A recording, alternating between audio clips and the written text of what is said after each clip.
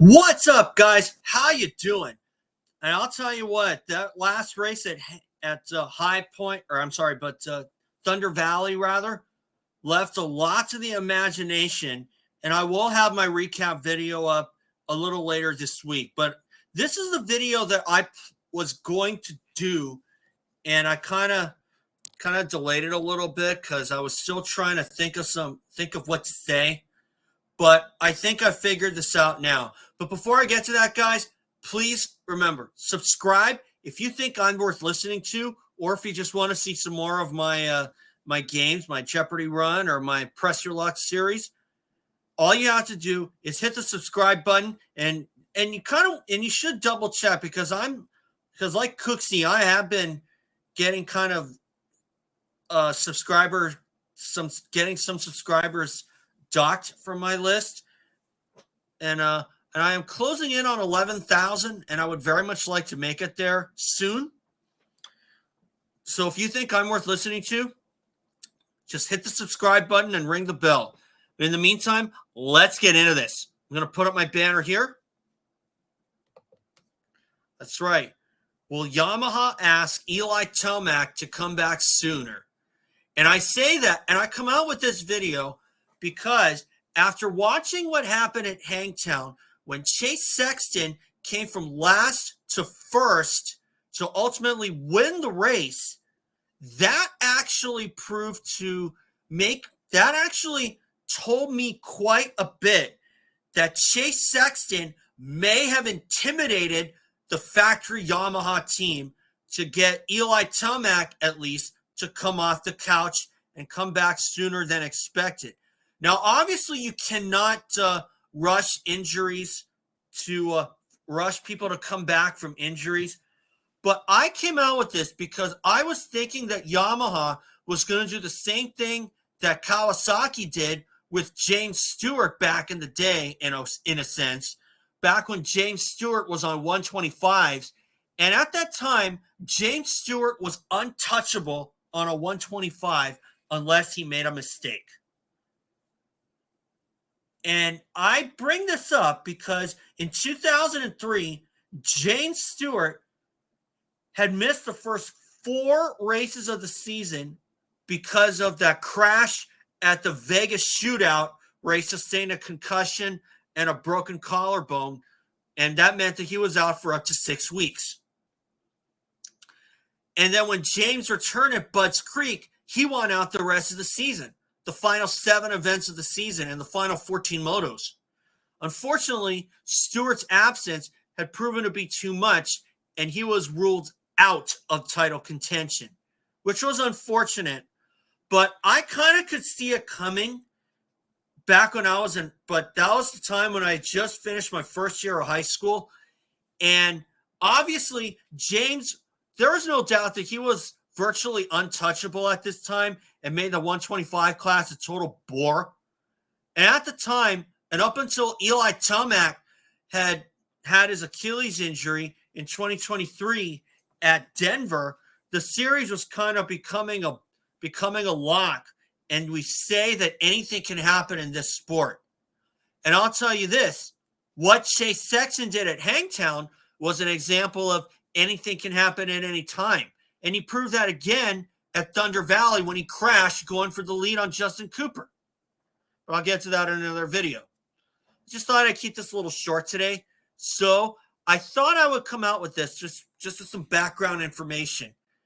But with Chase Sexton going 1-1 at Hangtown and putting on that unbelievable come-from-behind ride from last to first, you never know if somebody is going to do that again. And in this talent pool, I was thinking that those days were just about over. Okay? Because I had not seen anybody come from the pack in a last to first ordeal since maybe James Stewart did at Budds Creek in the second moto in 2003, back when it was the 125 class. James Stewart had fallen just before the first turn. Then he came back up and rode his butt off and came from last to first and won the overall.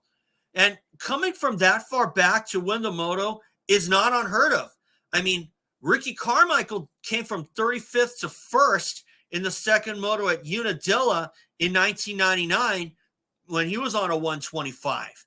And at the time, while Carmichael was beatable, if he made mistakes like that, you may as well have just gotten out of the way and just let him go through, okay?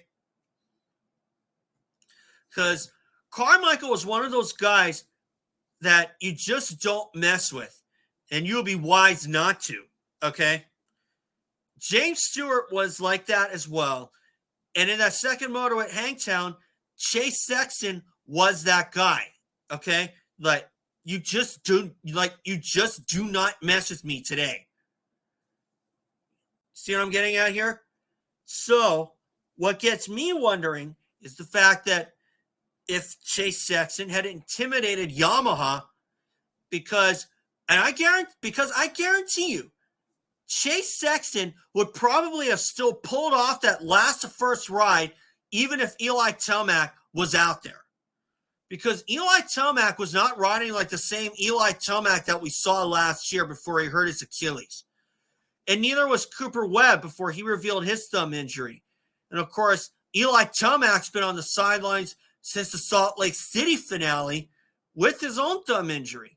Now, obviously, thumbs, they are a little tricky, but not like a concussion or a broken wrist, because wrists are probably just as tricky as concussions, because a wrist injury, it ended Rick Johnson's career and some other guys. It cost Jeremy McGrath's 1998 motocross season. It cost Ryan Villapoto a portion of his test time before 2008, and it cost James Stewart his season in 2010, and that's just for people that I know of, just off the top of my head. So you never know what can happen. I mean, obviously, if I'm looking at Yamaha right now, even though the pressure of the title is officially gone for both Eli Tomac and Cooper Webb, it just makes you wonder if Yamaha is probably going to tell Eli Tomac, hey, could you come back a little sooner than we thought? Or I should say a little sooner than we expect, because I mean, Sexton pulled off that last to first ride, and I don't think Eli Tomac has done that at all. And I don't think Eli Tomac is going to do that, because Tomac is notoriously a head case. One day he's on, one day he's not. Okay. And from what I saw at Hangtown, even if Eli Tomac was out there, Chase Sexton would still have gone 1-1. Why?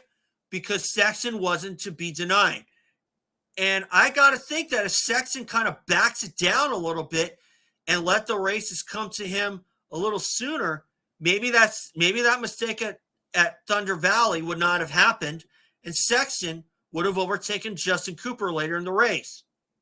So anyway, guys, that's all for today. I will have my recap up later this week, and I may do 2 separate videos with the 450 class first and the 250 class second, but we'll see what happens. But anyway, guys, that's all for today. And remember, subscribe if you think I'm worth listening to, or if you think that I made a valid point here. So thanks, guys. Subscribe, and I'll see you all later.